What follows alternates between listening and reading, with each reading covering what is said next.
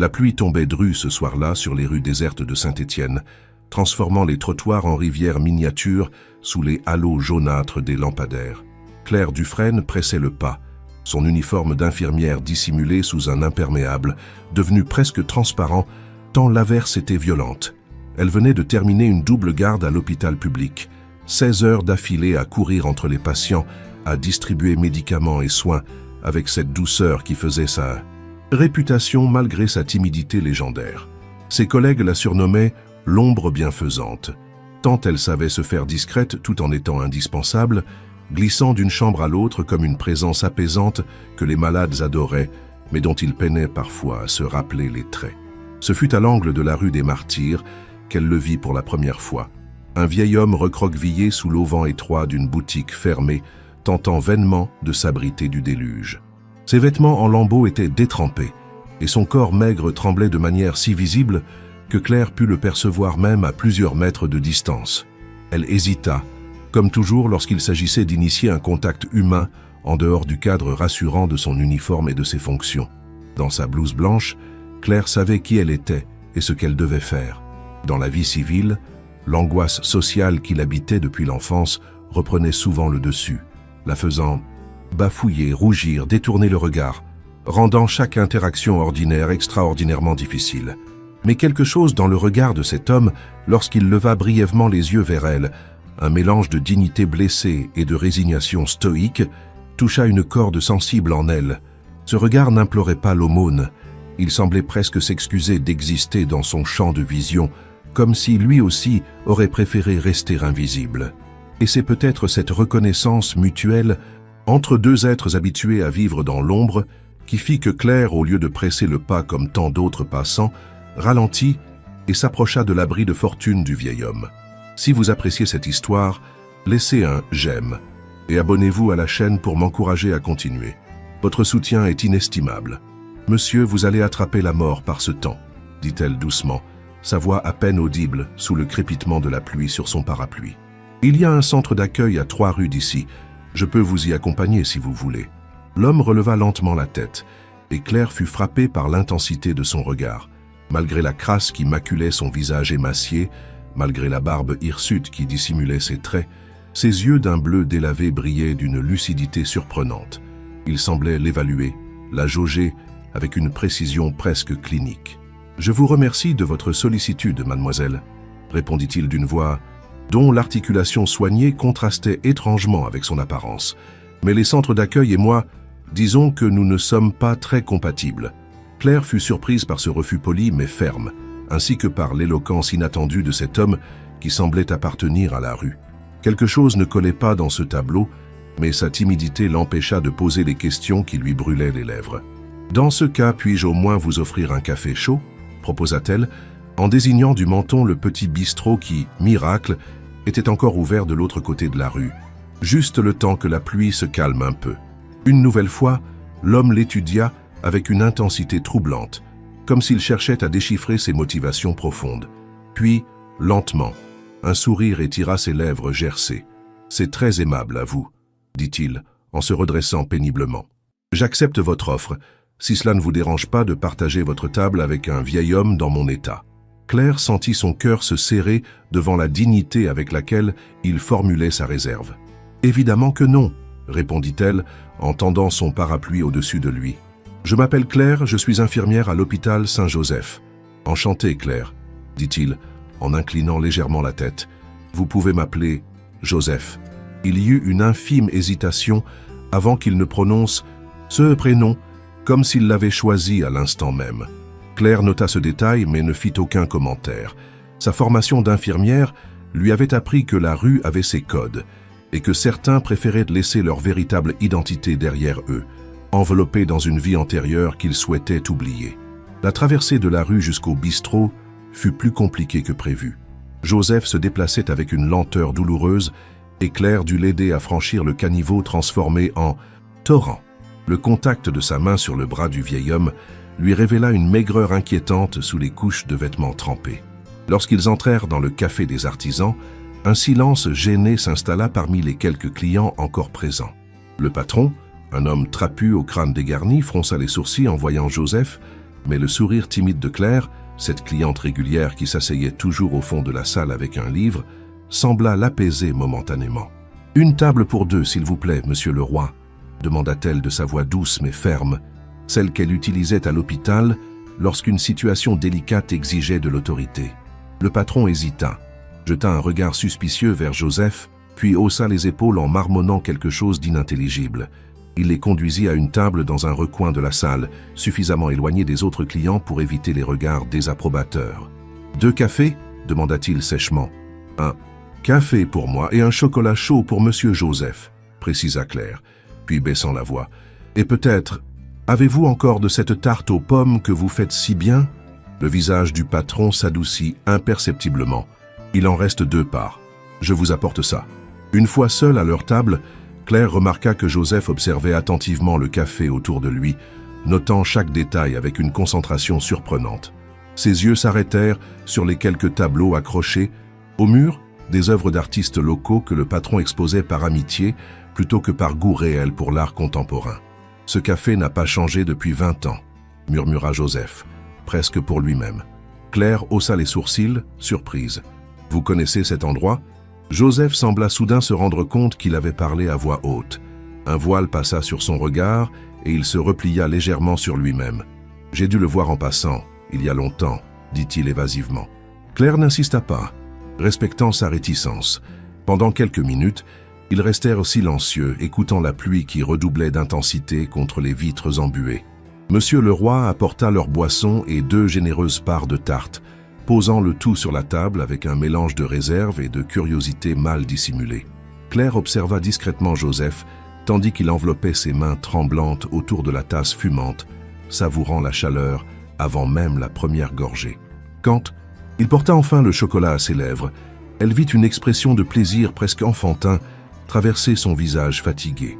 Cela lui rappela certains de ses patients âgés, pour qui les petits plaisirs quotidiens, une boisson chaude, un rayon de soleil, une visite, prenaient une importance démesurée après que la vie les ait dépouillés de presque tout le reste. « Comment avez-vous su ?» demanda soudain Joseph, interrompant ses réflexions. « Su quoi ?» s'étonna Claire. « Que je préférais le chocolat au café », précisa-t-il avec un demi-sourire. Claire rougit légèrement. « Je ne savais pas vraiment. C'est juste que vous aviez l'air d'avoir besoin de réconfort plus que de stimulant. Le chocolat me semblait plus approprié. » Joseph la considéra longuement, son regard devenant soudain lointain, comme s'il voyait au-delà d'elle. « Ma mère me préparait du chocolat chaud les jours de pluie, » dit-il finalement, avec une cuillère de miel et une pointe de cannelle. Elle disait que c'était son remède contre la tristesse du monde. Il y avait dans cette confidence inattendue quelque chose de profondément mélancolique, et Claire sentit que ses souvenirs appartenaient à une époque très lointaine, peut-être à une vie que Joseph avait perdue ou abandonnée. « Votre mère avait raison », sourit-elle doucement. « Le chocolat a des vertus thérapeutiques, c'est scientifiquement prouvé. Il stimule la production d'endorphines. » Joseph eut un petit rire, le premier que Claire entendait de lui. C'était un son rouillé, comme une porte qu'on ouvre après des années d'abandon, mais étrangement chaleureux. « L'infirmière en vous ne dort jamais, n'est-ce pas ?» demanda-t-il avec une pointe de malice. « Je suppose que non », admit Claire en baissant les yeux. « C'est plus facile pour moi d'être infirmière que d'être simplement Claire. » Cette confession spontanée la surprit elle-même. Pourquoi avait-elle dit cela à cet inconnu? Peut-être parce qu'il y avait quelque chose dans l'anonymat relatif de leur rencontre qui rendait la confidence moins intimidante. Ou peut-être parce que les yeux de Joseph, malgré la crasse et la fatigue, reflétaient une intelligence et une compréhension qui l'invitaient à la sincérité. « Je comprends », dit-il simplement. « Les rôles que nous jouons deviennent parfois des refuges. Ils nous donnent un script à suivre quand la vie improvisée devient trop effrayante. » Claire leva les yeux, frappée par la justesse de cette analyse. « Exactement, » murmura-t-elle. « C'est exactement ça. » Joseph hocha la tête, puis reporta son attention sur la tarte aux pommes qu'il n'avait pas encore touchée. Avec des gestes précis qui contrastaient avec l'apparente fragilité de ses mains, il découpa un petit morceau et le porta à sa bouche. Une nouvelle expression de plaisir simple illumina brièvement son visage. « Délicieux !» commenta-t-il. « La pâte est parfaitement feuilletée et les pommes ont été caramélisées juste ce qu'il faut. »« Monsieur, le roi n'a rien perdu de son talent. » Claire fronça légèrement les sourcils, Intrigué par cette nouvelle référence au passé du café et par l'appréciation presque professionnelle de la pâtisserie. Mais avant qu'elle puisse formuler une question, Joseph enchaîna. « Parlez-moi de vous, Claire. Qu'est-ce qui vous a amené à devenir infirmière ?» La question était simple, banale même, mais Claire sentit qu'elle était posée avec un intérêt sincère. Habituellement, elle détestait parler d'elle-même, préférant toujours détourner la conversation vers son interlocuteur. Mais quelque chose dans l'attitude de Joseph, peut-être cette attention totale qu'il lui accordait, comme si rien d'autre n'existait à cet instant, l'encouragea à s'ouvrir un peu plus. « Ma grand-mère était malade quand j'étais petite », commença-t-elle doucement. « Elle vivait avec nous, et je la voyais souffrir chaque jour. Les médecins semblaient toujours pressés, distants. Mais il y avait cette infirmière, Madame Legrand, qui venait à la maison 3 fois par semaine. Elle apportait plus que des soins. Elle apportait de la dignité et du réconfort. Elle parlait à ma grand-mère comme à une personne, pas comme à un ensemble de symptômes à traiter. » Claire fit une pause, surprise par sa propre loquacité. Joseph ne disait rien, l'invitant silencieusement à poursuivre. « Un jour, j'ai demandé à Madame Legrand comment elle faisait pour ne pas avoir peur devant la maladie, la souffrance. Elle m'a répondu que c'était justement sa peur qui la rendait efficace, la peur de voir l'autre souffrir inutilement, la peur de ne pas faire assez. Elle m'a dit que le courage n'était pas l'absence de peur, mais la capacité à agir malgré elle. » Claire eut un petit sourire nostalgique. « Je crois que c'est ce jour-là que j'ai su. J'étais terriblement timide, maladroite socialement, mais l'idée qu'on puisse transformer ses faiblesses en force, que ma sensibilité excessive puisse devenir un atout auprès des patients, ça m'a donné un but. » Joseph hocha lentement la tête, comme s'il absorbait chaque mot. « Et vous avez eu raison, » dit-il avec une conviction tranquille. « Les meilleurs soignants sont souvent ceux qui restent vulnérables, qui ne se blindent pas contre la souffrance d'autrui. C'est un équilibre difficile. Bien sûr, assez sensible pour ressentir, assez fort pour supporter. » Claire le regarda avec étonnement. Il y avait dans cette réflexion une profondeur qui contrastait violemment avec l'image du sans-abri qu'il présentait. Qui était réellement cet homme? La pluie continuait de marteler les vitres avec une intensité inchangée. Dehors, la nuit s'était complètement installée, et les rares passants qui bravaient encore le déluge n'étaient plus que des silhouettes fugitives sous les lumières de la grue.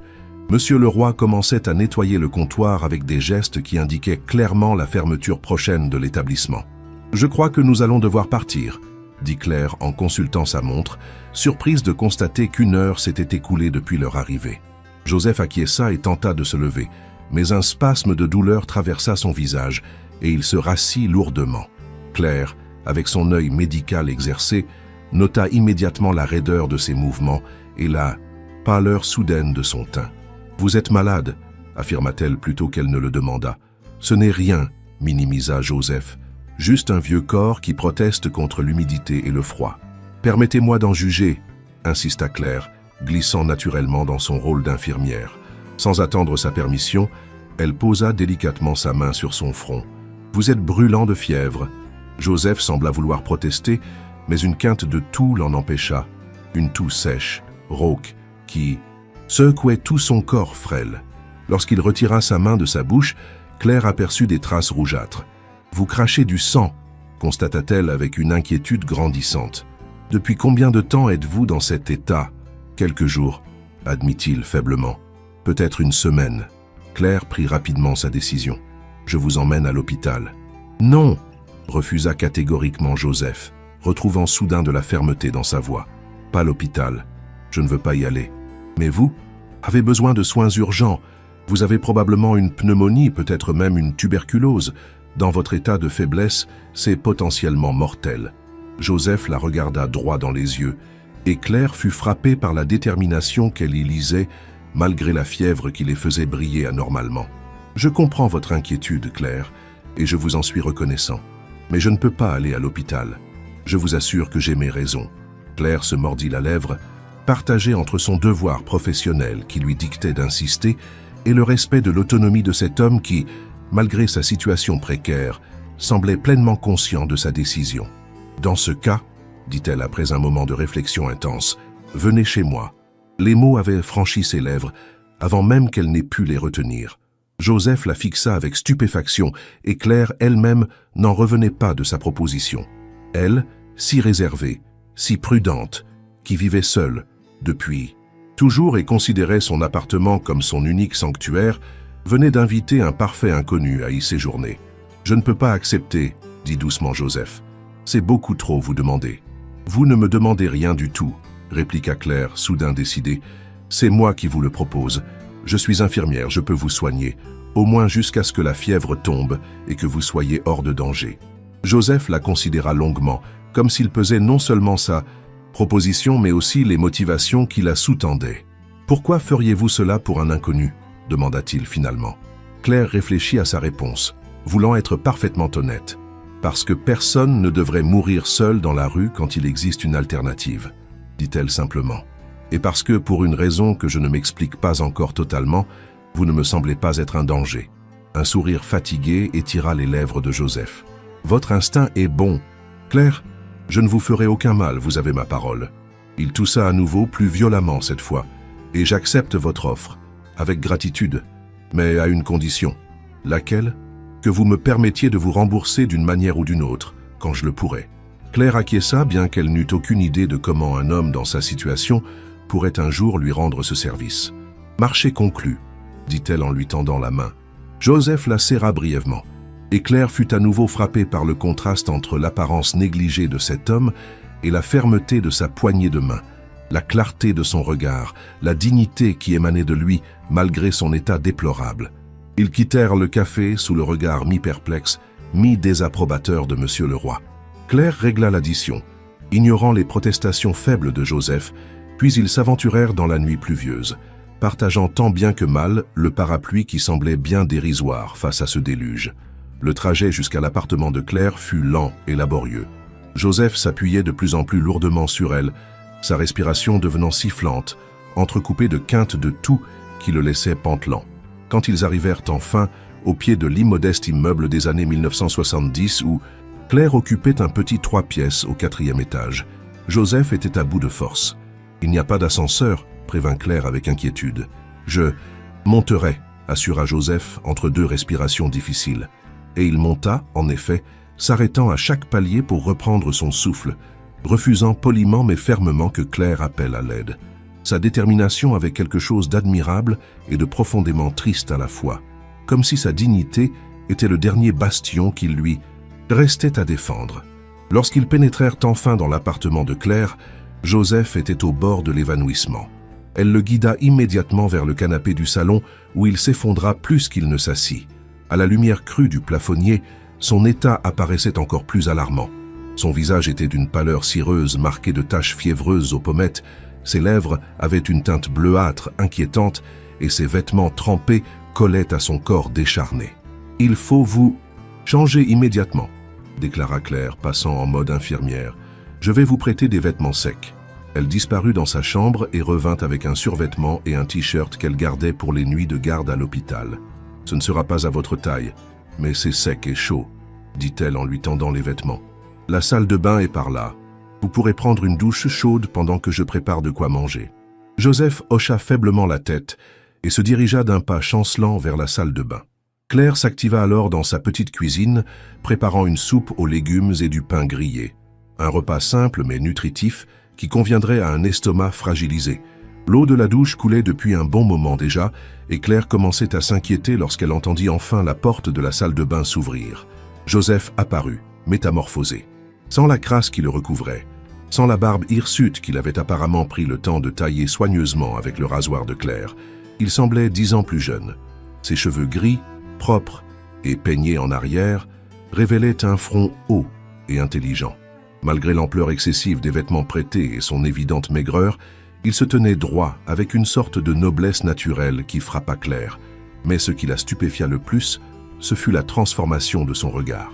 Les yeux bleus délavés qui l'avaient intrigué dès leur première rencontre brillaient maintenant d'un éclat différent, mêlant lucidité et quelque chose qui ressemblait presque à de l'amusement, malgré la fièvre qui ne l'avait visiblement pas quitté. « Je me sens déjà mieux », dit-il avec un faible sourire. « L'eau chaude est un luxe dont on ne mesure la valeur que lorsqu'on en est privé. » Claire acquiesça, encore troublée par cette métamorphose. L'homme qui se tenait devant elle ne ressemblait en rien au sans-abri qu'elle avait recueilli. Il émanait de lui une présence, une autorité naturelle qui contredisait totalement sa situation apparente. « Qui êtes-vous vraiment » ne put-elle s'empêcher de demander. Le sourire de Joseph s'effaça, remplacé par une expression indéchiffrable. « Ce soir, je suis simplement un vieil homme malade qui a eu la chance de croiser la route d'un ange de miséricorde, » répondit-il diplomatiquement. « Le reste importe peu. » Claire voulut insister mais fut interrompue par une nouvelle quinte de toux qui secoua violemment Joseph.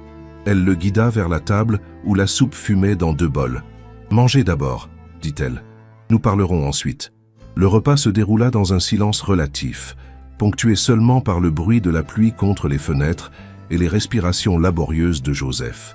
Claire l'observait discrètement, notant la façon dont il tenait sa cuillère, avec cette précision élégante qui évoquait davantage les salons feutrés que les rues détrempées, et la manière dont, malgré sa faiblesse évidente, il s'efforçait de maintenir une certaine tenue. Après le repas, elle l'installa confortablement sur le canapé, avec oreiller et couverture, puis sortit sa trousse médicale pour l'examiner plus formellement. « Vous avez une forte fièvre, 39,5 degrés T, et votre respiration est compromise, » diagnostiqua-t-elle après un examen méthodique. « Sans radiographie, je ne peux pas être certaine, mais tous les signes pointent vers une pneumonie. Vous avez besoin d'antibiotiques. Vous en avez » demanda simplement Joseph. Claire hésita. En tant qu'infirmière, elle n'était pas censée disposer d'antibiotiques en dehors du cadre hospitalier, ni les administrer sans prescription médicale. Mais elle gardait toujours chez elle une petite réserve de médicaments d'urgence. Une habitude qui frôlait l'illégalité, mais qui lui semblait justifiée par son isolement et les horaires imprévisibles de son travail. « Oui, » admit-elle finalement, « de l'amoxicilline. Ce devrait être efficace contre la plupart des bactéries responsables des pneumonies communautaires. Mais je préférerais vraiment que vous consultiez un médecin. Je vous fais confiance, Claire, » dit doucement Joseph. Plus qu'à n'importe quel médecin. Ce simple aveu la toucha inexplicablement. Elle alla chercher les médicaments et prépara la première dose, qu'elle lui tendit avec un grand verre d'eau. « Vous devez rester hydraté, » insista-t-elle. « La fièvre déshydrate et vous avez besoin de liquide pour éliminer les toxines. » Joseph obéit docilement, avalant les comprimés et buvant l'eau jusqu'à la dernière goutte. Puis il se laissa aller contre les oreillers, visiblement épuisé. « Reposez-vous maintenant, » dit Claire en remontant la couverture sur lui. « Je dormirai dans ma chambre. Si vous avez besoin de quoi que ce soit pendant la nuit, n'hésitez pas à m'appeler. » Joseph la retint doucement par le poignet, alors qu'elle s'apprêtait à s'éloigner. « Pourquoi faites-vous tout cela ?» demanda-t-il à nouveau, son regard fiévreux plongé dans le sien. Claire aurait pu répéter sa réponse précédente sur le devoir d'assistance, sur l'éthique professionnelle qui l'animait. Mais la question semblait appeler une honnêteté plus profonde. « Je ne sais pas, » avoua-t-elle finalement. « Je ne me reconnais pas moi-même depuis que je vous ai rencontré. Je ne suis pas du genre impulsif. Je ne fais jamais confiance aux étrangers. Je garde toujours mes distances. Mais avec vous, c'est différent. C'est comme si je vous connaissais déjà d'une certaine façon. » Un sourire énigmatique traversa le visage fatigué de Joseph. « Peut-être que c'est le cas, » murmura-t-il mystérieusement avant de fermer les yeux, vaincu par l'épuisement. Claire resta un moment à l'observer, perturbée par ses propres sentiments contradictoires. L'inquiétude professionnelle pour cet homme manifestement très malade, la curiosité dévorante quant à sa véritable identité, et cette étrange impression de familiarité qu'elle ne parvenait pas à expliquer. Elle vérifia une dernière fois sa température, constata avec soulagement qu'elle avait légèrement baissé, puis se retira dans sa chambre, laissant la porte entr'ouverte pour entendre si son patient l'appelait dans la nuit. Contrairement à ce qu'elle craignait, Claire s'endormit presque immédiatement, épuisée par sa longue journée de travail et les émotions inhabituelles de cette soirée. Ce fut la lueur grisâtre de l'aube qui la réveilla, filtrée par les rideaux de sa chambre. Pendant quelques secondes, Claire flotta dans cet état de confusion propre au réveil, se demandant pourquoi elle avait l'impression que quelque chose d'important s'était produit la veille. Puis tout lui revint d'un coup. La rencontre sous la pluie, le café, l'état de santé alarmant de Joseph, sa décision impulsive de le ramener chez elle. Elle se leva d'un bond, soudain inquiète. Et si son état s'était aggravé pendant la nuit? Et si... Elle chassa cette pensée et se précipita vers le salon, encore en pyjama. Le canapé était vide. Les couvertures, soigneusement pliées, reposaient sur l'accoudoir avec l'oreiller par-dessus. Aucune trace de Joseph. « Joseph » appela-t-elle, parcourant rapidement le petit appartement. Personne dans la salle de bain, personne dans la cuisine. Il était parti. Claire sentit une vague de déception l'envahir, suivie immédiatement d'une inquiétude sincère. Dans son état, où avait-il pu aller?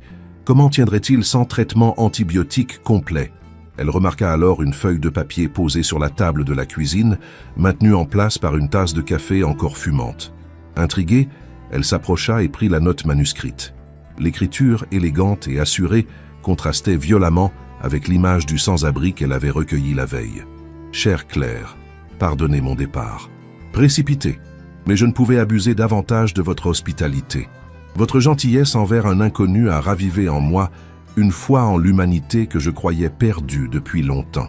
Sachez que la fièvre a considérablement baissé grâce à vos soins attentifs et je me sens déjà beaucoup mieux.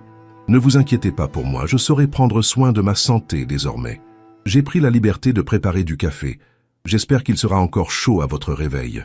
Considérez-le comme un modeste geste de gratitude, en attendant de pouvoir vous remercier plus convenablement. Avec ma profonde reconnaissance, Joseph. » Claire relut plusieurs fois ces quelques lignes, comme si elle pouvait lui révéler davantage sur cet homme énigmatique.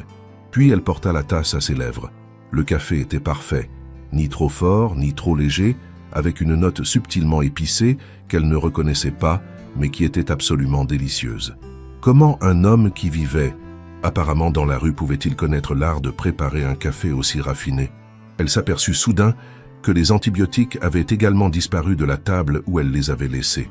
Au moins, se consola-t-elle, il avait emporté son traitement. Cela témoignait d'une volonté de se soigner et c'était déjà ça. Le regard de Claire tomba alors sur sa montre. 7h30. Elle était en retard pour sa garde de 8h. Oubliant momentanément Joseph, elle se précipita sous la douche puis s'habilla en 4e vitesse. Ce ne fut qu'en enfilant sa veste qu'elle remarqua quelque chose d'anormal. Ses clés n'étaient pas à leur place habituelle dans le vide-poche de l'entrée. Un frisson d'inquiétude la parcourut. Joseph les avait-il prises? Mais pourquoi? Pour revenir plus tard et... Elle secoua la tête, refusant de céder à la paranoïa. L'homme qu'elle avait accueilli lui avait semblé digne de confiance, malgré les circonstances inhabituelles de leur rencontre. Sans doute avait-il simplement déplacé les clés par inadvertance en partant. Après quelques minutes de recherche frénétique, elle les retrouva sur le comptoir de la cuisine à côté de la cafetière. Simple coïncidence probablement. Rassurée, elle quitta son appartement et se dirigea vers l'hôpital d'un pas pressé.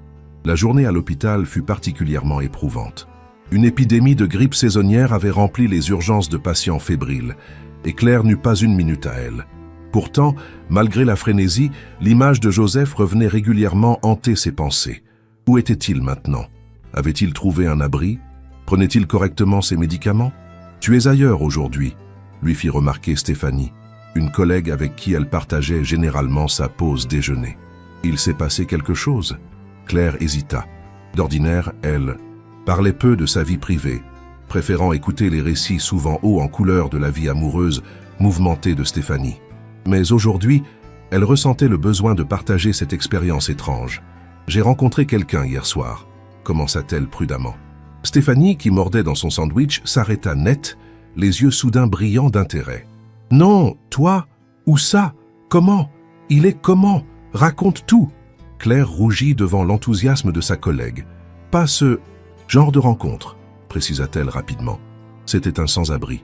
Il était malade, je l'ai ramené chez moi pour le soigner. »« Tu as quoi ?»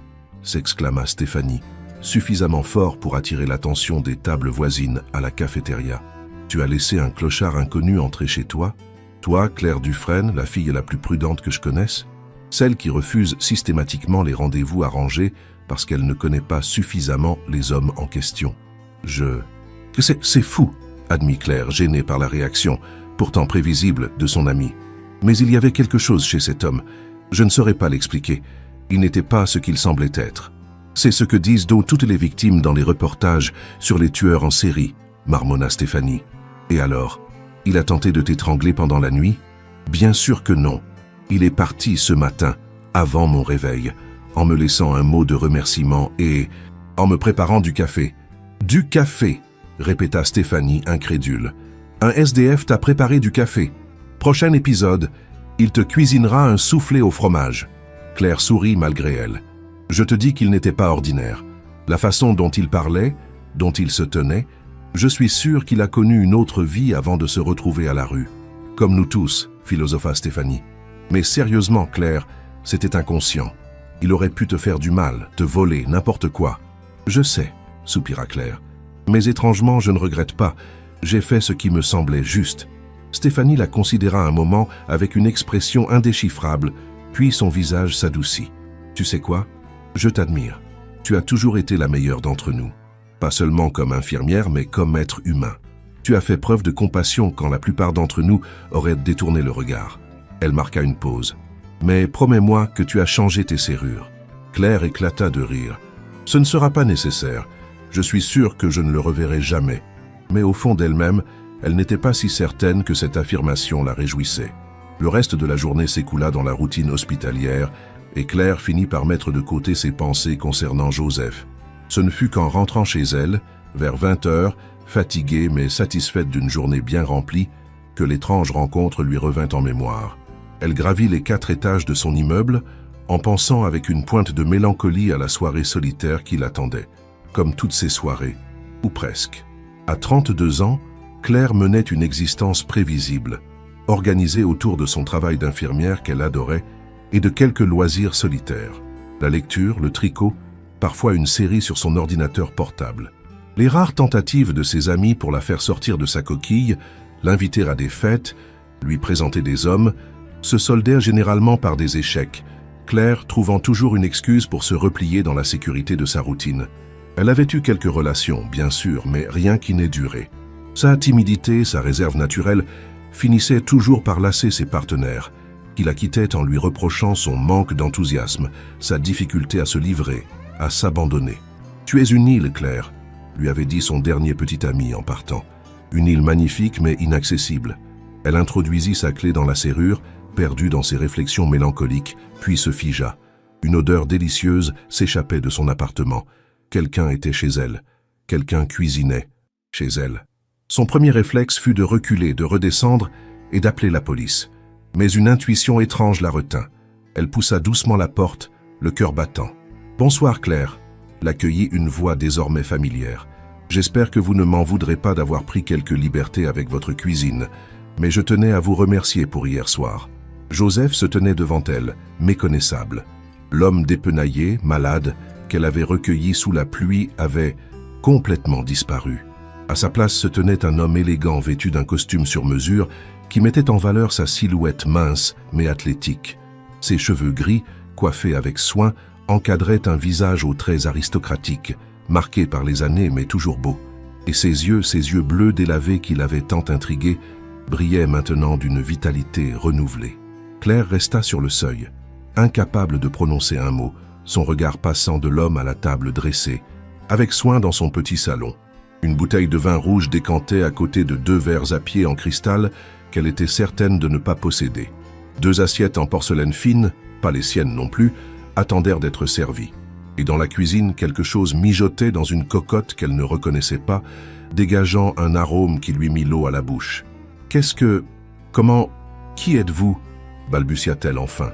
L'homme sourit, révélant des dents parfaites qui n'avaient certainement rien à voir avec les soins dentaires accessibles aux sans-abri. « Je me suis présenté hier comme Joseph, mais mon nom complet est Joseph Beaumont, » dit-il avec une légère inclinaison de la tête, « et je suis venu tenir ma promesse de vous remercier convenablement pour votre bonté. » Claire resta paralysée sur le seuil, incapable de franchir cette ligne invisible qui séparait le monde normal qu'elle connaissait de cette scène surréaliste qui se déroulait dans son propre appartement.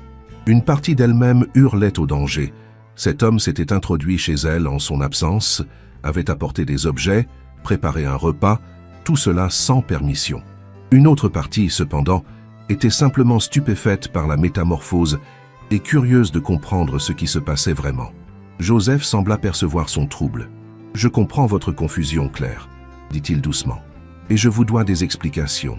Mais peut-être pourriez-vous d'abord entrer et fermer la porte, à moins que vous ne préfériez que je m'en aille immédiatement, ce que je comprendrais parfaitement. » Il y avait dans sa voix une sincérité qui toucha Claire, et malgré l'étrangeté de la situation, elle ne se sentait pas menacée. Après une brève hésitation, elle entra et referma la porte derrière elle. « Comment êtes-vous entré » demanda-t-elle, son ton plus curieux qu'accusateur. Joseph eut l'élégance de paraître embarrassé. « J'ai emprunté vos clés ce matin, le temps d'en faire un double.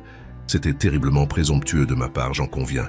Mais je tenais absolument à vous remercier et je craignais que vous ne refusiez une invitation plus conventionnelle. » « Vous auriez pu simplement demander, » fit remarquer Claire, surprise par son propre calme face à cette violation flagrante de sa vie privée. « Auriez-vous accepté de dîner avec un homme que vous avez rencontré sous les traits d'un sans-abri et qui prétend soudain être quelqu'un d'autre ?»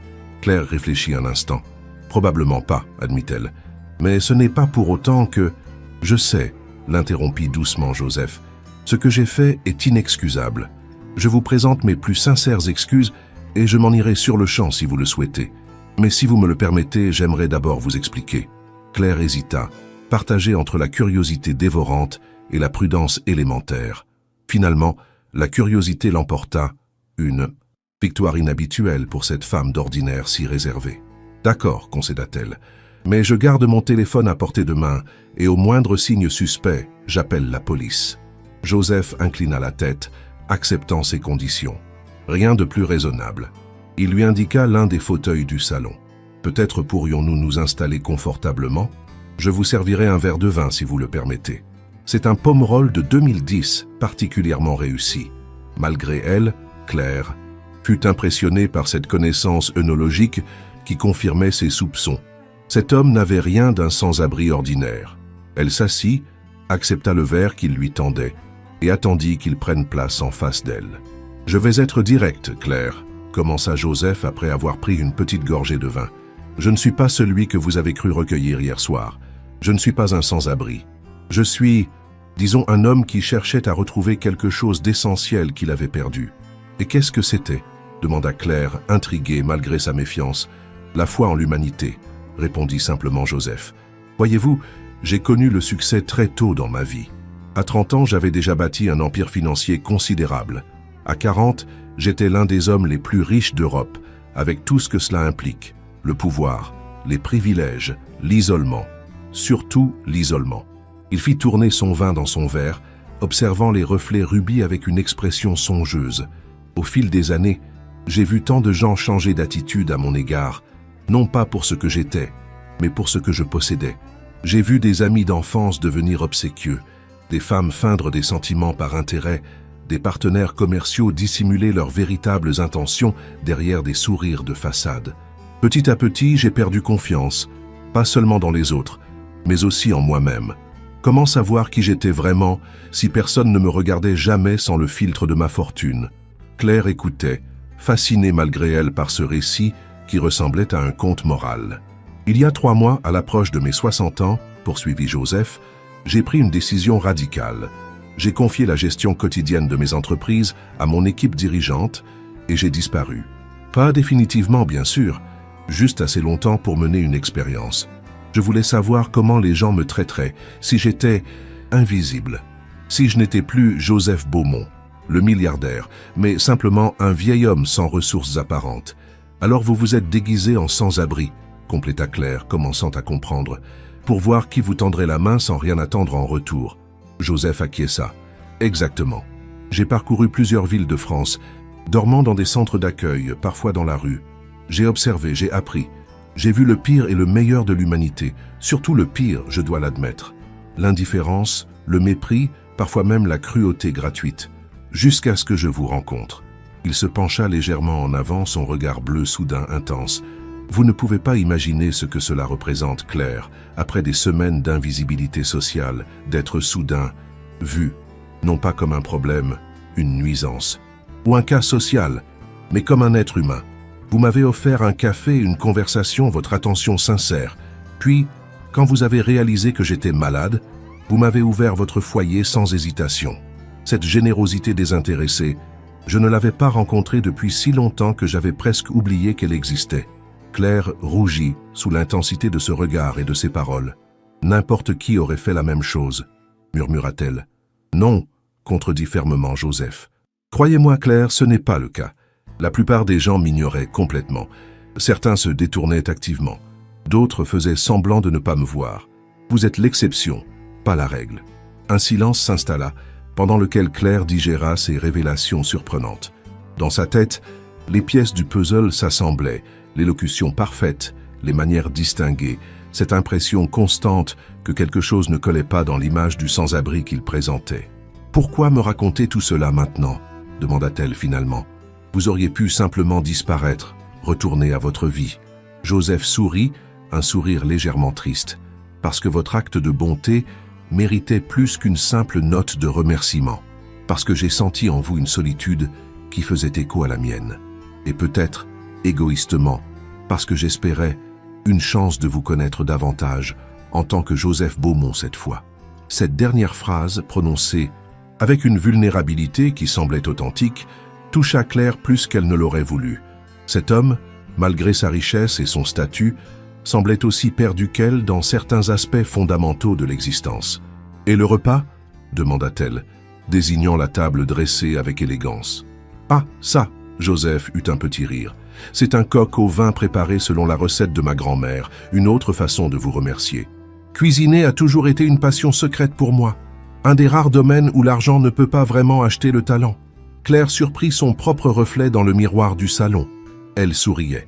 Malgré l'absurdité de la situation, malgré toutes les sonnettes d'alarme qui auraient dû retentir dans son esprit, elle souriait à cet homme qui avait bouleversé sa routine bien ordonnée. « Très bien, monsieur Beaumont, » dit-elle, décidant soudain de se laisser porter par cette étrange aventure. « J'accepte votre dîner de remerciement, mais à une condition. »« Laquelle ?»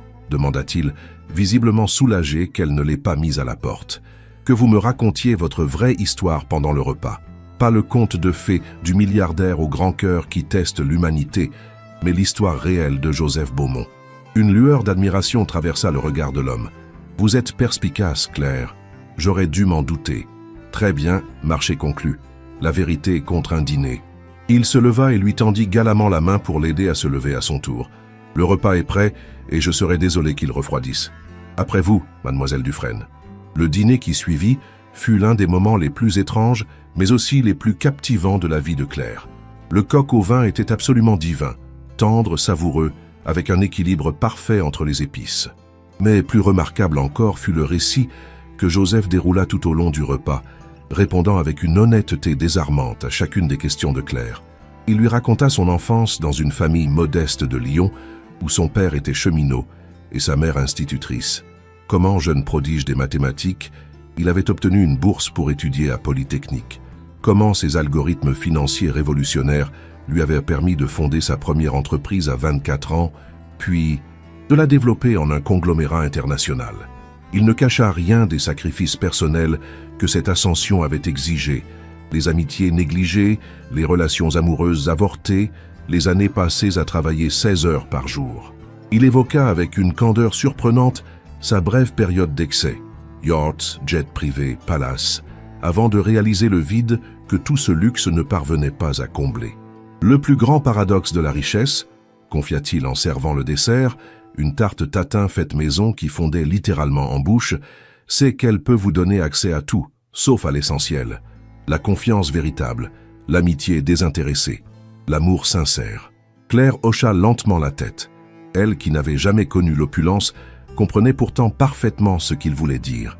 Sa timidité avait créé autour d'elle une barrière similaire, la privant de connexion authentique, la maintenant dans une solitude confortable mais vide. « Et maintenant ?» demanda-t-elle doucement. « Après cette expérience, que comptez-vous faire ?» Joseph reposa sa fourchette et la regarda droit dans les yeux. « C'est précisément la question que je me pose, Claire. Retourner simplement à ma vie d'avant me semble impossible après ce que j'ai vécu, après vous avoir rencontré. Mais je n'ai pas encore trouvé la réponse. » Il y avait dans son regard une franchise, une vulnérabilité qui troubla profondément Claire. Cet homme, malgré son pouvoir et sa fortune, semblait véritablement à la croisée des chemins, cherchant un sens à son existence comme n'importe quel être humain. « Et vous, Claire ?» poursuivit-il, renversant doucement les rôles. « Qu'est-ce qui vous a mené à cette vie si organisée mais si solitaire? Car vous êtes seule, n'est-ce pas?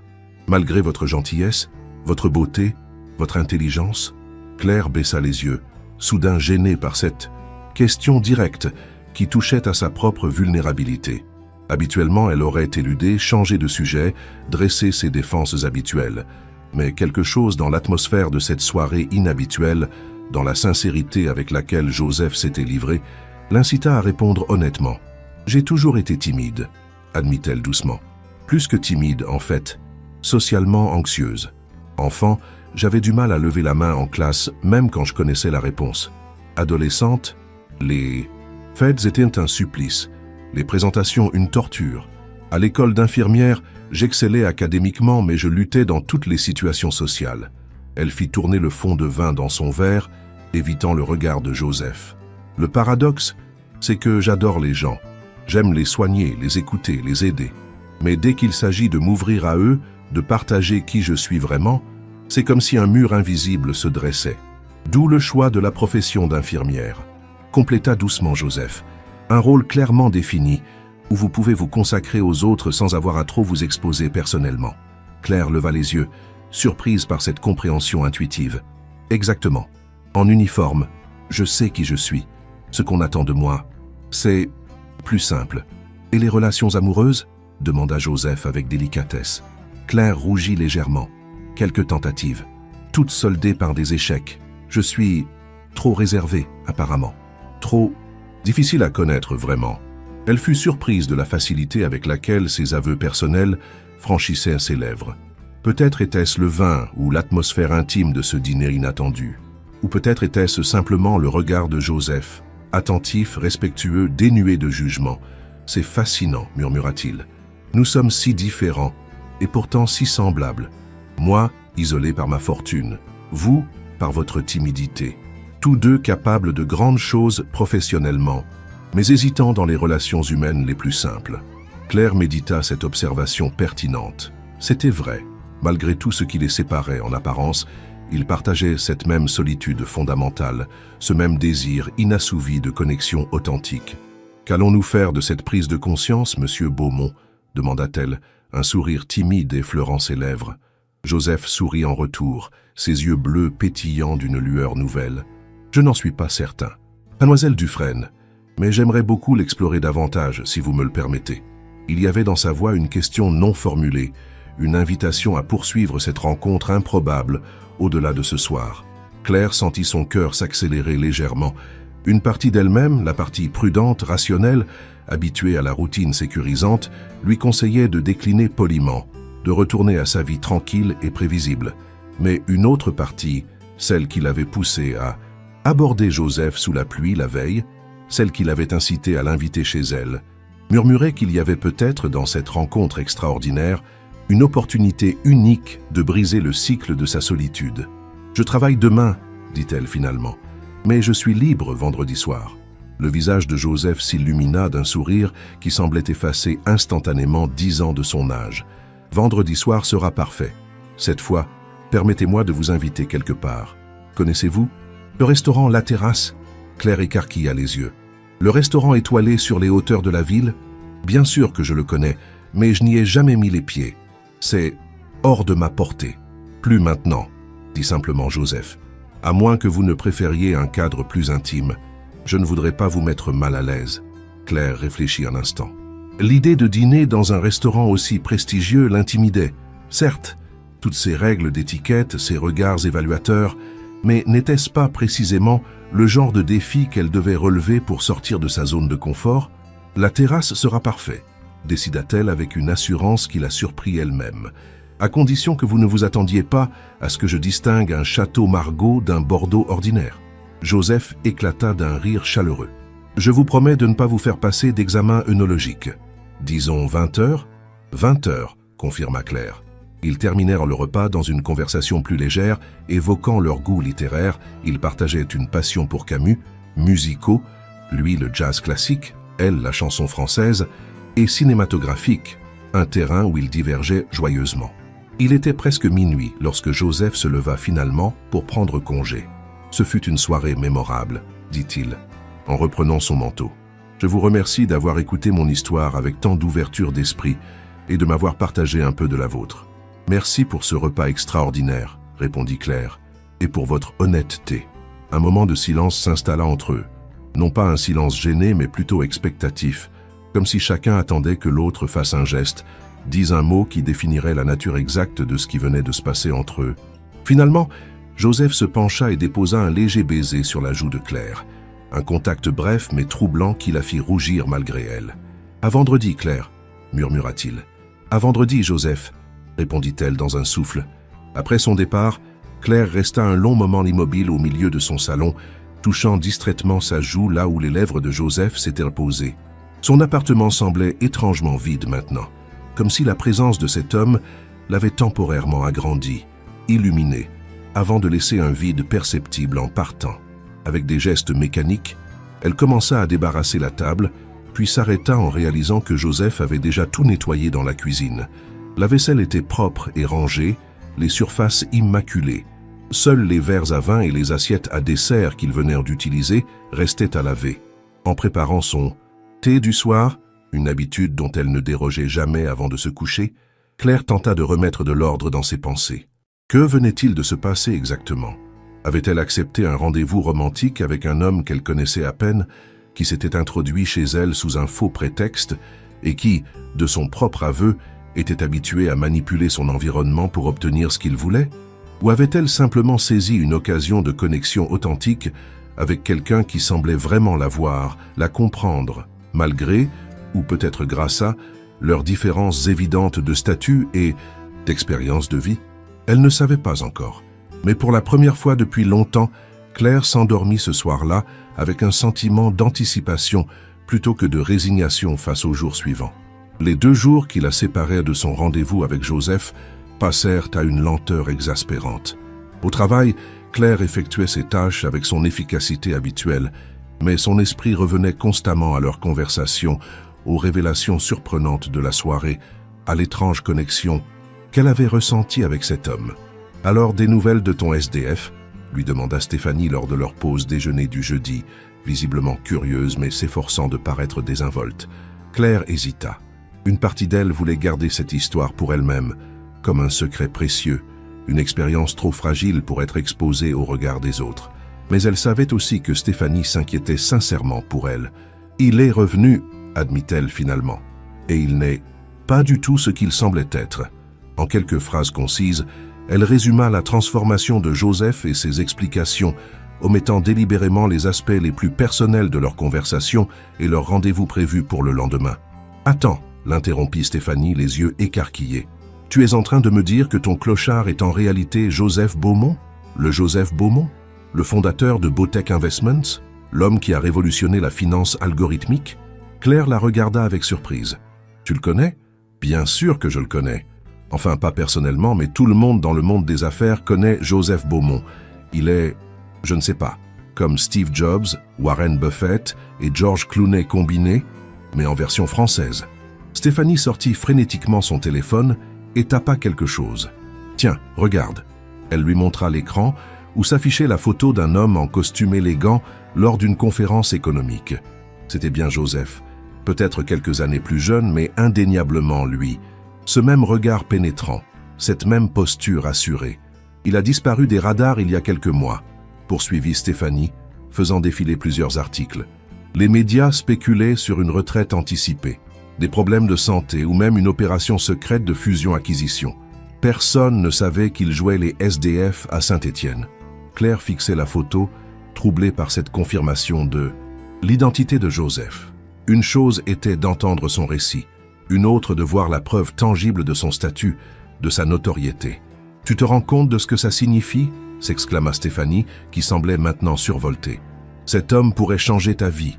Il pourrait... » « Il n'est pas question de ça, » l'interrompit Claire avec une fermeté inhabituelle. « Je ne veux pas qu'il change ma vie. Je ne veux pas de son argent ou de son influence.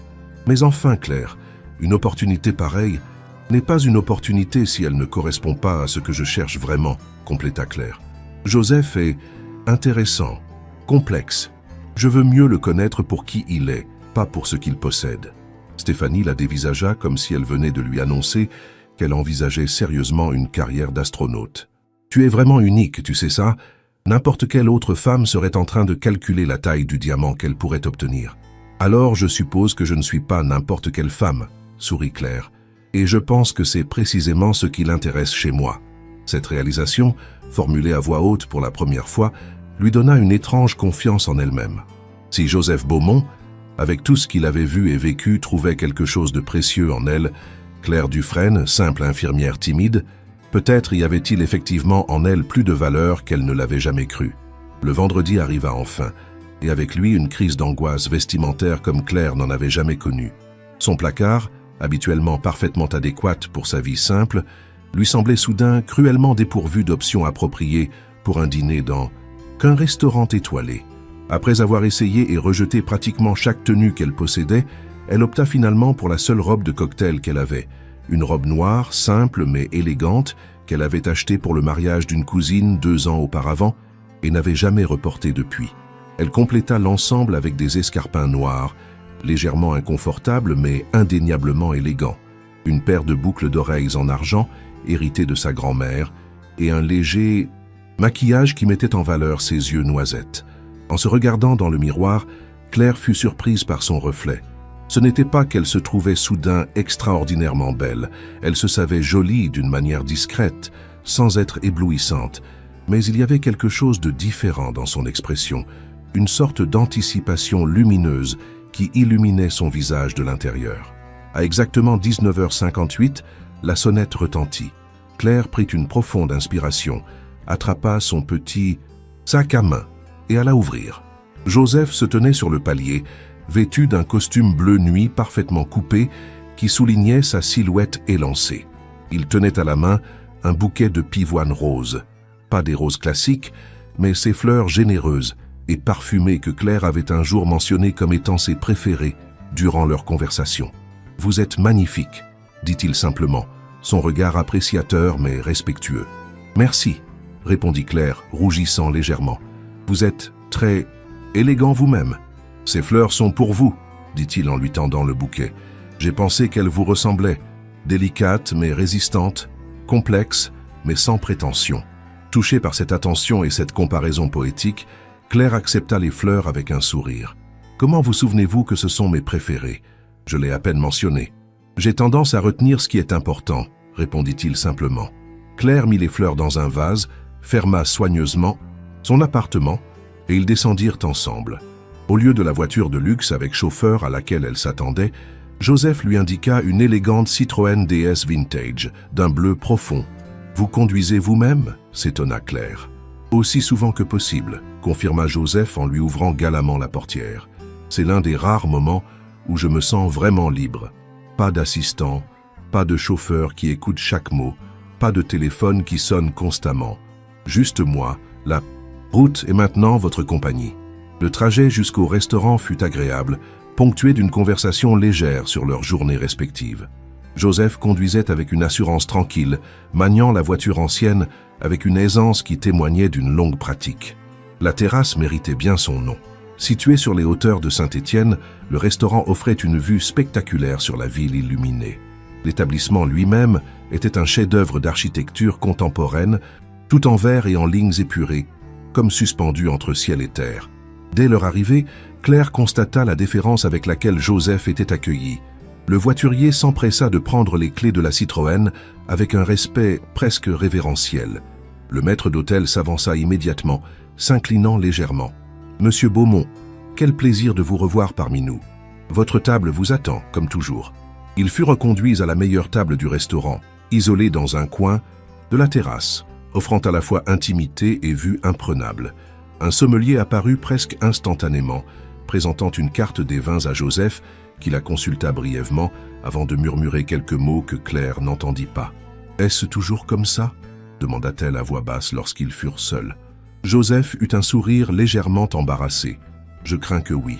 C'est l'un des aspects les moins agréables de la notoriété, cette déférence obséquieuse qui transforme chaque interaction en un rituel codifié. » Il la regarda avec une expression plus sérieuse. « Cela vous met-il mal à l'aise ?» Claire réfléchit à la question. « Pas exactement mal à l'aise. C'est plutôt étrange. Comme si nous étions soudain dans des mondes différents, alors qu'il y a 2 jours dans mon appartement nous semblions si égaux, compléta Joseph. « Oui, » admit Claire. « Je me demande si c'est possible de maintenir cette égalité quand tout, autour de nous, souligne constamment la différence de nos situations. » Joseph considéra cette réflexion avec un sérieux qui toucha Claire. Il ne cherchait pas à minimiser ses préoccupations ou à les balayer d'un revers de main, comme tant d'hommes l'auraient de fait. « C'est une question pertinente, dit-il finalement, et je n'ai pas de réponse toute faite. Mais je peux vous dire ceci. Dans ma vie, j'ai rencontré des présidents, des monarques, des célébrités mondiales, des génies scientifiques. Aucun d'eux ne m'a jamais fait sentir cette connexion immédiate, cette reconnaissance d'âme que j'ai ressentie avec vous sous cette averse. L'argent, le pouvoir, le statut, tout cela crée effectivement des asymétries dans le monde extérieur, mais il ne détermine pas qui nous sommes vraiment, au plus profond de nous-mêmes. » Ses yeux bleus cherchèrent les siens, intenses et sincères. « La vraie question est, pouvez-vous voir l'homme au-delà du milliardaire, comme vous avez vu l'humain au-delà du sans-abri ?» Cette question directe ébranla Claire. Elle était juste, profondément juste. N'était-ce pas exactement le défi qui se présentait à elle, voir Joseph pour qui il était vraiment, au-delà des apparences, qu'elle soit misérable ou opulente? « J'essaierai, » promit-elle doucement. « Si vous me promettez en retour de toujours rester aussi authentique que vous l'avez été dans mon petit appartement. »« Marché conclu, » sourit Joseph, levant son verre d'eau pour un toast symbolique. Le sommelier revint avec une bouteille de vin blanc qu'il présenta respectueusement à Joseph. Après les rituels d'ouverture et de dégustation, 2 verres furent servis. « C'est un condrieux, » expliqua Joseph en voyant l'expression curieuse de Claire. « Un vin de la vallée du Rhône, fait à partir du cépage vionnier. J'ai pensé qu'il vous plairait.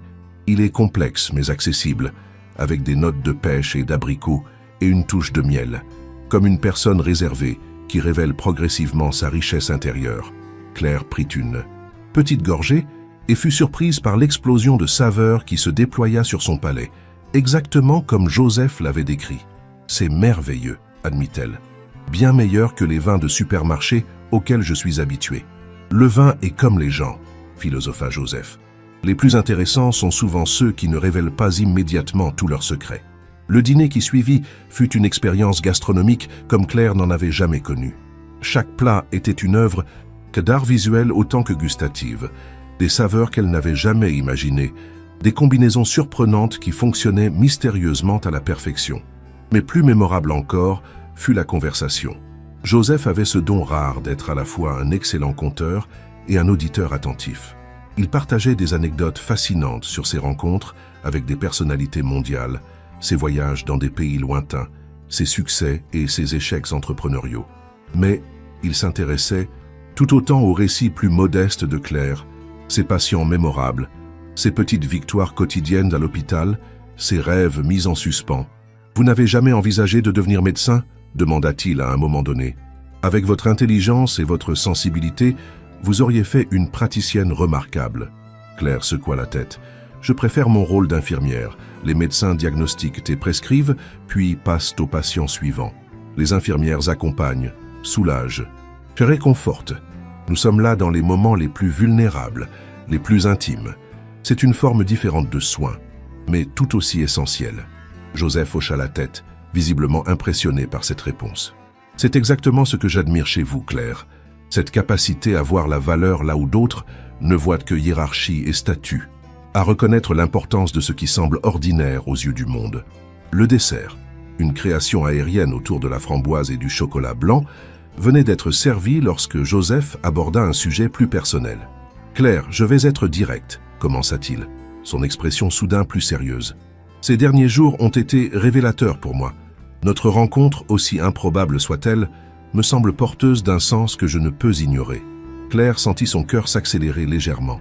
Où voulait-il en venir? « Je dois retourner à Paris dimanche, » poursuivit-il. « Mes responsabilités m'y attendent, et j'ai suffisamment prolongé mon expérience sociale. » Il fit une pause, cherchant visiblement ses mots, une hésitation rare chez cet homme habituellement si éloquent. « Je me demandais si vous accepteriez de venir avec moi. » Claire resta bouche bée. « À Paris, ce dimanche ?»« Juste pour quelques jours, » précisa rapidement Joseph. « Je possède un appartement où vous auriez toute l'intimité nécessaire.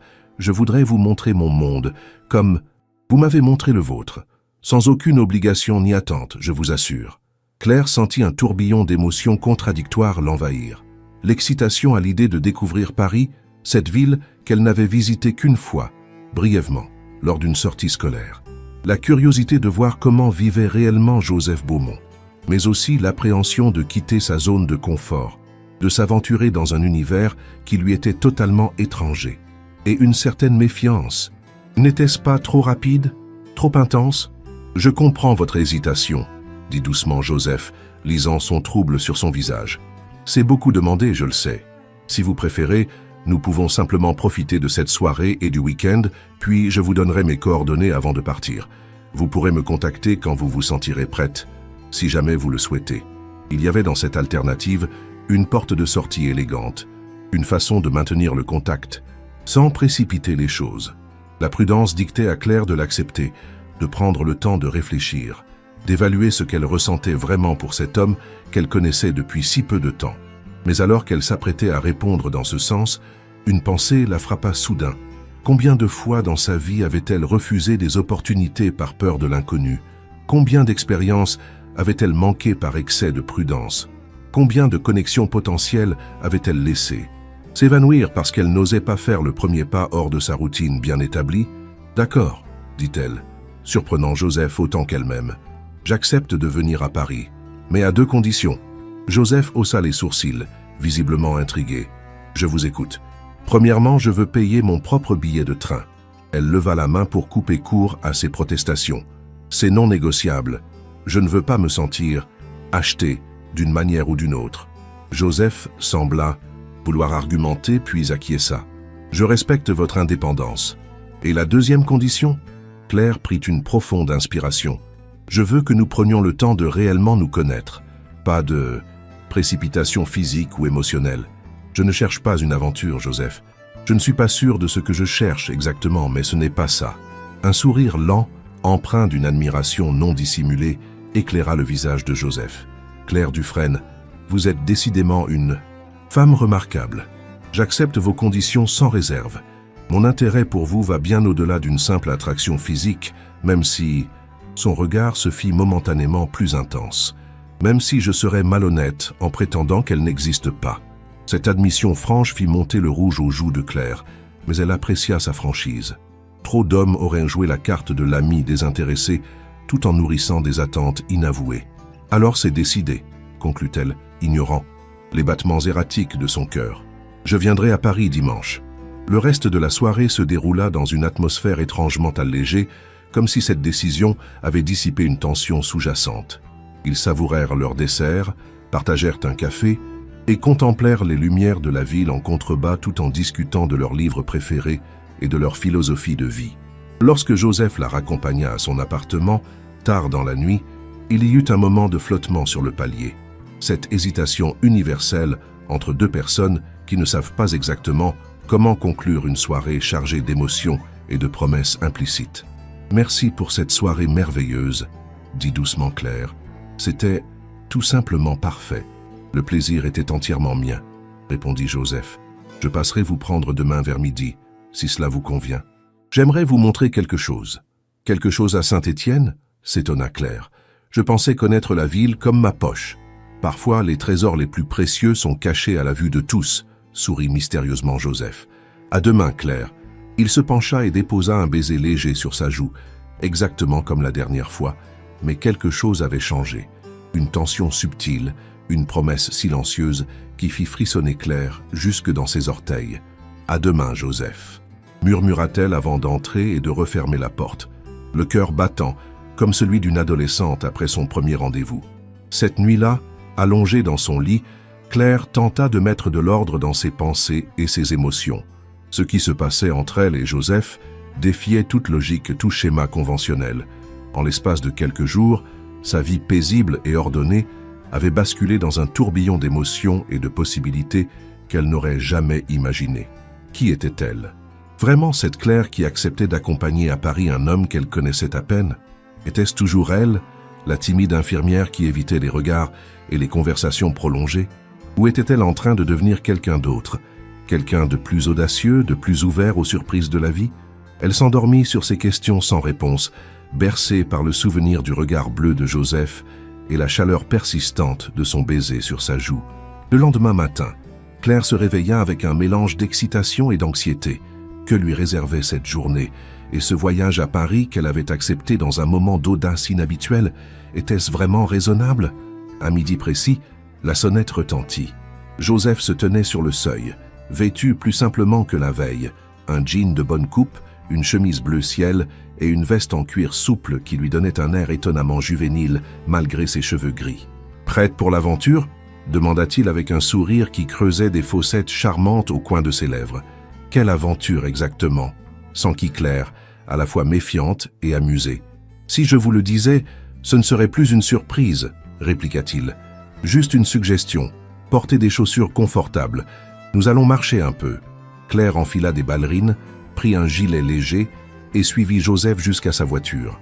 Contrairement à la veille, il conduisit vers l'extérieur de la ville, empruntant des routes secondaires qui s'élevaient progressivement dans les collines environnantes. « Je ne savais pas que vous connaissiez si bien les environs », remarqua Claire, surprise par l'assurance avec laquelle il naviguait dans ce labyrinthe de petites routes. « J'ai vécu à Saint-Étienne il y a très longtemps », révéla Joseph. « Avant de partir pour Paris et de fonder mon entreprise, c'était pendant mes études à l'école des mines. » « Vraiment ?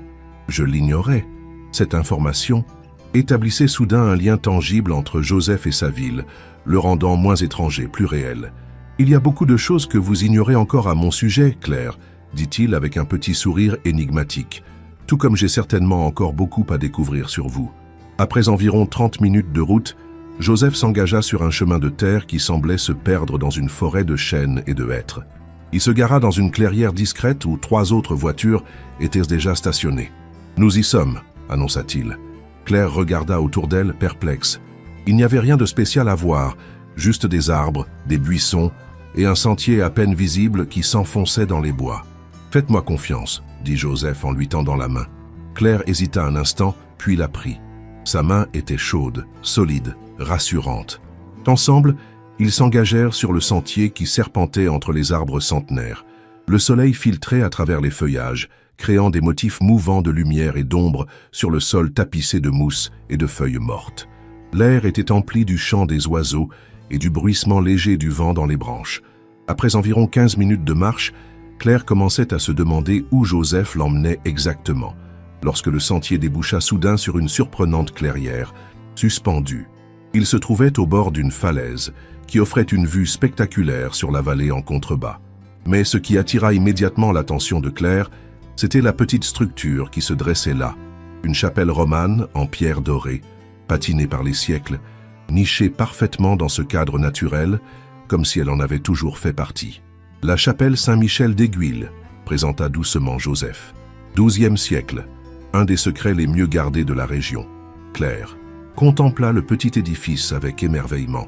Il était d'une simplicité parfaite, des proportions harmonieuses, des pierres assemblées avec un art qui avait traversé les siècles, une porte en bois sombre, discrètement ornée de ferronneries anciennes. « C'est magnifique », murmura-t-elle. « Comment connaissez-vous cet endroit ?»« Je l'ai découvert par hasard lors d'une randonnée quand j'étais étudiant », expliqua Joseph. « J'y venais souvent pour réfléchir, lire, parfois simplement contempler la vue.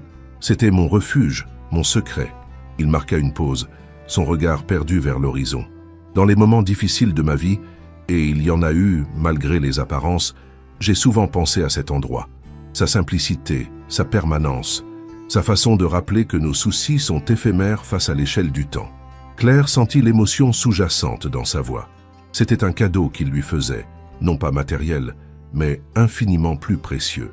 Il partageait avec elle un lieu qui avait nourri son âme, un fragment de son histoire personnelle. « Merci de m'avoir amené ici », dit-elle simplement.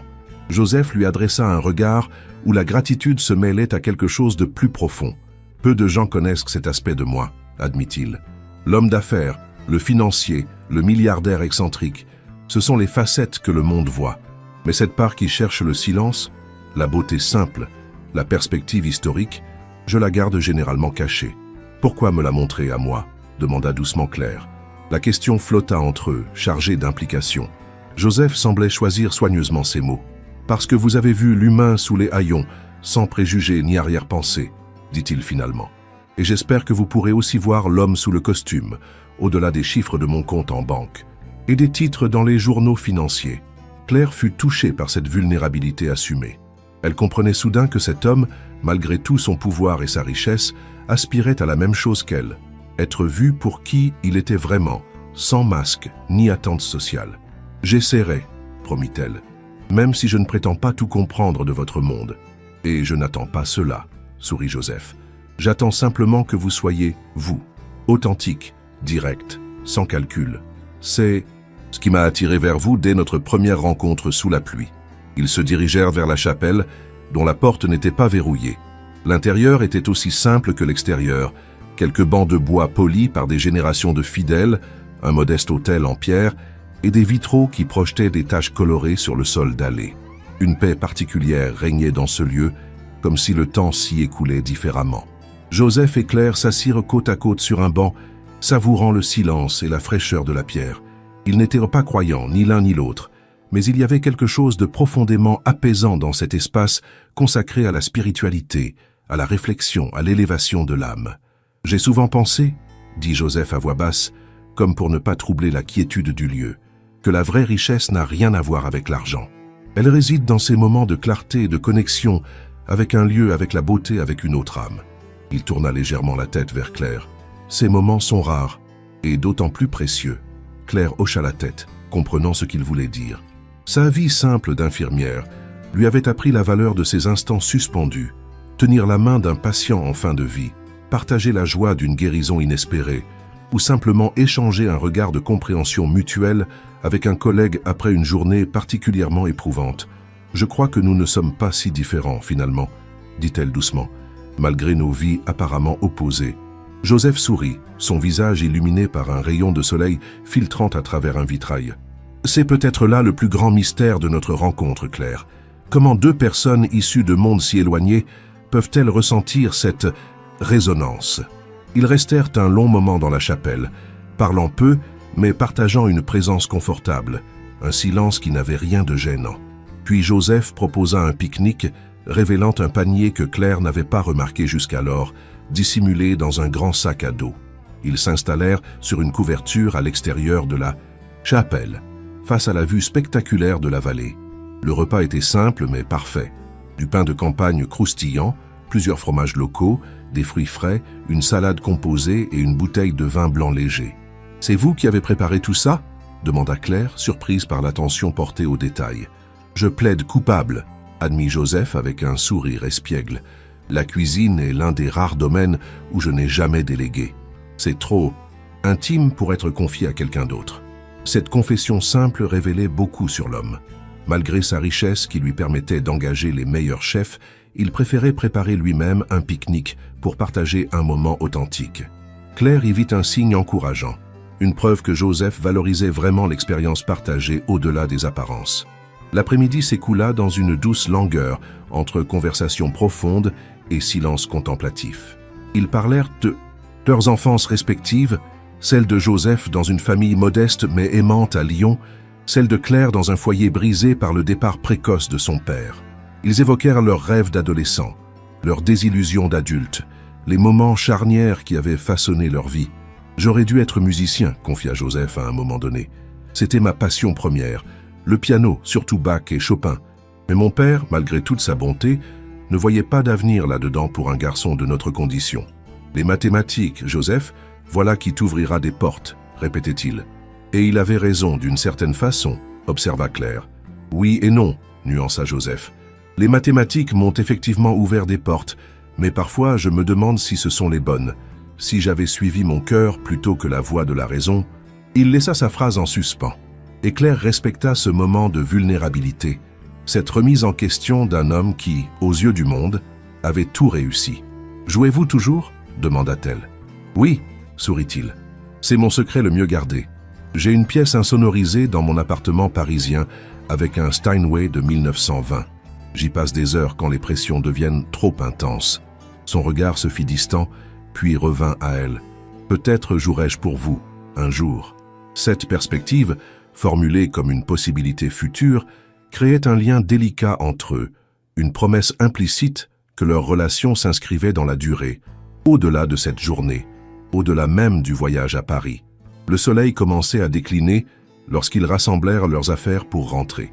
La lumière dorée du crépuscule conférait au paysage une beauté presque surnaturelle, transformant la vallée en un tableau impressionniste de vert, d'ocre et de mauve. « Je ne voulais pas que cette journée se termine », admit Claire alors qu'ils regagnèrent la voiture. « Elle n'est pas vraiment terminée », sourit Joseph. « J'ai une dernière surprise pour vous, si vous êtes partante. »« Quel genre de surprise ?» demanda Claire, intriguée par le regard malicieux de son compagnon. « Une qui implique un léger détour et un changement de tenue, » répondit-il mystérieusement. « Je vous promets que vous ne le regretterez pas. » Claire hésita un instant, puis acquiesça. Cette journée avait déjà été si parfaite. Pourquoi ne pas la prolonger un peu? Joseph conduisit jusqu'à un petit village perché, dont les maisons de pierre s'accrochaient à flanc de colline. Il s'arrêta devant ce qui semblait être une vieille ferme rénovée avec goût, entourée de vignes et de champs de lavande. « Où sommes-nous » demanda Claire. « Chez des amis » répondit simplement Joseph. « Ils nous attendent. » Effectivement, un couple d'une soixantaine d'années les accueillit chaleureusement à la porte. L'homme, François, comme le présenta Joseph, avait cette carrure solide des viticulteurs, et sa femme Marie-Claire irradiait d'une gentillesse naturelle qui mit immédiatement Claire à l'aise. « Joseph nous a beaucoup parlé de vous », sourit Marie-Claire en serrant la main de Claire. « C'est un plaisir de vous rencontrer enfin. » Claire jeta un regard surpris à Joseph. Quand avait-il eu le temps de parler d'elle à ces gens qu'elle ne connaissait pas? « François était mon professeur de chimie à l'école des mines », expliqua Joseph, sentant sa confusion. « Nous sommes restés amis toutes ces années. Quand je suis revenu dans la région pour mon expérience sociale, ils m'ont offert un toit et gardé mon secret. »« Vous étiez au courant de son déguisement en sans-abri » demanda Claire au couple, stupéfaite. « Disons que nous connaissons Joseph depuis assez longtemps pour savoir qu'il a toujours eu un goût prononcé pour les expériences non conventionnelles, » rit François. « Mais venez, nous avons préparé des chambres pour vous deux. Vous pourrez vous rafraîchir avant le dîner. »« Des chambres ?» Claire lança un regard interrogateur à Joseph qui lui adressa un sourire rassurant. « J'ai pensé que ce serait agréable de dîner ici et de passer la nuit dans ce cadre magnifique, plutôt que de retourner en ville. Mais bien sûr, si vous préférez rentrer... »« Non, » décida Claire, séduite par la beauté du lieu et l'accueil chaleureux de leurs hôtes. « C'est parfait. » Marie-Claire conduisit Claire à une chambre charmante sous les combles, avec une vue spectaculaire sur les vignes et les collines environnantes. Sur le lit était posée une robe d'été simple mais élégante, dans un ton bleu pâle qui, Claire le savait instinctivement, mettrait en valeur ses yeux. « Joseph a demandé à ce que nous vous procurions une tenue pour ce soir, » expliqua Marie-Claire en notant le regard surpris de Claire. « Mais ne vous inquiétez pas, c'est moi qui l'ai choisie, pas lui. Si elle ne vous plaît pas, ou si la taille ne convient pas, elle est magnifique, » la rassura Claire en caressant le tissu léger. « Mais je ne comprends pas, pourquoi ai-je besoin d'une nouvelle tenue ?» Marie-Claire eut un sourire complice. « Pour la surprise finale de Joseph. Je n'en dirai pas plus, il me tuerait. La salle de bain est juste là. Prenez votre temps, nous dînerons dans 1 heure environ. » Après le départ de son hôtesse, Claire resta un moment immobile, tentant d'assimiler les événements de cette journée extraordinaire. Il y avait quelque chose d'irréel, presque onirique, dans la façon dont sa vie simple et structurée s'était soudain transformée en cette aventure imprévisible aux côtés d'un homme qui semblait déterminé à lui montrer un monde nouveau. La prudence lui conseillait de ralentir, de prendre du recul, de se protéger contre un potentiel désenchantement. Mais une voix plus forte en elle, une voix qu'elle n'avait jamais vraiment écoutée auparavant, l'encourageait à se laisser porter par cette vague, à faire confiance non seulement à Joseph, mais aussi à elle-même et à sa capacité à naviguer dans ces eaux inconnues. Après une douche rafraîchissante, Claire enfila la robe qui lui allait parfaitement. Elle coiffa ses cheveux châtains en un chignon lâche, laissant quelques mèches encadrer son visage, et appliqua un maquillage léger qui accentuait la douceur de ses traits. En se regardant dans le miroir, elle fut surprise par son propre reflet. Il y avait dans ses yeux une lumière nouvelle, et sur ses lèvres un sourire qui semblait venir du plus profond d'elle-même. Lorsqu'elle descendit l'escalier, Joseph l'attendait au pied des marches. Il avait lui aussi changé de tenue, optant pour un pantalon de lin clair et une chemise blanche simple qui lui donnait un air décontracté, mais distingué. Son regard en découvrant Claire fut une récompense en soi, un mélange d'admiration, de surprise et de quelque chose de plus profond, plus personnel. « Vous êtes éblouissante », dit-il simplement. Claire sentit ses joues s'empourprer sous le compliment sincère. « Merci. Mais je suis toujours dans le noir concernant cette mystérieuse surprise. Plus pour longtemps, promit Joseph en lui offrant son bras. Venez. Au lieu de se diriger vers la salle à manger, comme Claire s'y attendait, Joseph la guida à travers la maison, puis dans le jardin, suivant un chemin de pierre qui serpentait entre les rosiers et les lavandes. Le soleil se couchait, baignant le paysage d'une lumière dorée et chaude. Au détour d'une haie de buis taillée, Claire s'arrêta nette, émerveillée. Devant eux s'étendait une terrasse naturelle surplombant les vignes, transformée pour l'occasion en salle de concert à ciel ouvert. Une vingtaine de chaises étaient disposées en demi-cercle face à un piano à queue, un véritable piano de concert, posé là, comme une apparition surréaliste au milieu de ce décor champêtre. Des lanternes suspendues aux branches des oliviers environnants créaient une atmosphère féerique, tandis que des coupes de champagne attendaient sur une table drapée de lin blanc. « Qu'est-ce que... » commença Claire, stupéfaite. « Un petit concert privé, » expliqua Joseph avec un sourire ravi de son effet. François et Marie-Claire organisent occasionnellement ces soirées musicales pour un cercle restreint d'amis. Ce soir, c'est un jeune pianiste prometteur qui interprète Chopin et Debussy. J'ai pensé que cela vous plairait. Claire était sans voix. Jamais personne n'avait organisé pour elle quelque chose d'aussi thoughtful, d'aussi parfaitement aligné avec sa sensibilité. Comment Joseph avait-il deviné son amour pour la musique classique alors qu'il n'en avait jamais vraiment parlé? « Comment saviez-vous » demanda-t-elle finalement. Joseph eut un sourire énigmatique. « Je vous ai observé, Claire. La façon dont vous vous mouviez dans votre appartement, dont vous manipuliez les objets, il y a une musicalité naturelle dans vos gestes. Et puis j'ai remarqué les quelques CD sur votre étagère. Chopin, Bach, Satie. J'en ai déduit que vous apprécieriez ce genre de soirée. Cette attention aux détails, cette capacité à vraiment la voir, touchèrent Claire plus profondément que n'importe quel cadeau coûteux. Elle réalisait maintenant que la richesse de Joseph lui permettait certes d'organiser des expériences exceptionnelles, mais que c'était sa sensibilité, son désir sincère de lui faire plaisir, qui rendait ces moments vraiment spéciaux. D'autres invités commençaient à arriver, des couples, principalement amis de François et Marie-Claire. Joseph présenta Claire avec une simplicité qui la mit à l'aise, sans mentionner sa profession, ni aucun détail qui aurait pu la faire se sentir différente ou inadéquate dans ce cercle cultivé. Lorsque le jeune pianiste, un garçon d'à peine 20 ans au regard intense, s'installa au piano, un silence respectueux s'établit naturellement. Les premières notes des nocturnes de Chopin s'élevèrent dans l'air du soir, pures et cristallines, se mêlant au chant des derniers oiseaux et au bruissement léger des feuilles dans la brise. Claire ferma les yeux, submergée par la beauté du moment.